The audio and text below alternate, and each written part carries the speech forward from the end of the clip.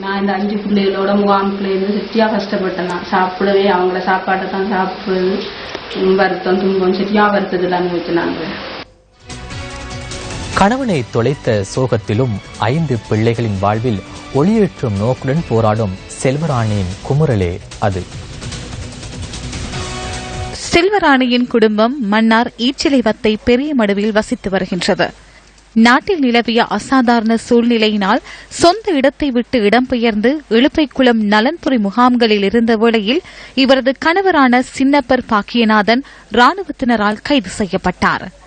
2009ஆம் ஆண்டு அக்டோபர் மாதம் கைது செய்யப்பட்ட பாக்கியநாதன் 6 மாதத்தின் பின்னர் விடுவிக்கப்பட்டார். கணவனின் விடுதலையோடு சொந்த இடத்திற்கு மகிழ்வுடன் திரும்பிய செல்வராணிக்கு அந்த மகிழ்வு நீடிக்கவில்லை.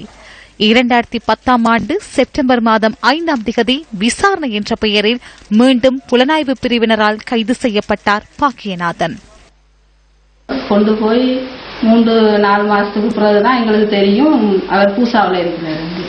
கொழும்பு சிறைச்சாலை, மைன்ஸ் சிறைச்சாலையில 2 வருஷம் வச்சிருக்காங்க. அதை நான் பார்க்க போற இல்லை. எனக்கு என்னடா பிள்ளைகள் 5 பிள்ளைகள படிப்பு சாப்பாடு அதுகளுக்கு தேவைகள் அதெல்லாம் என்னால பூர்த்தி செய்யவே இல்லாது. அதனால நான் அவரை பார்க்க போறதும் இல்லை. இப்ப போய் 2 வருஷம் ஆயிட்டு நான் பாக்குறது.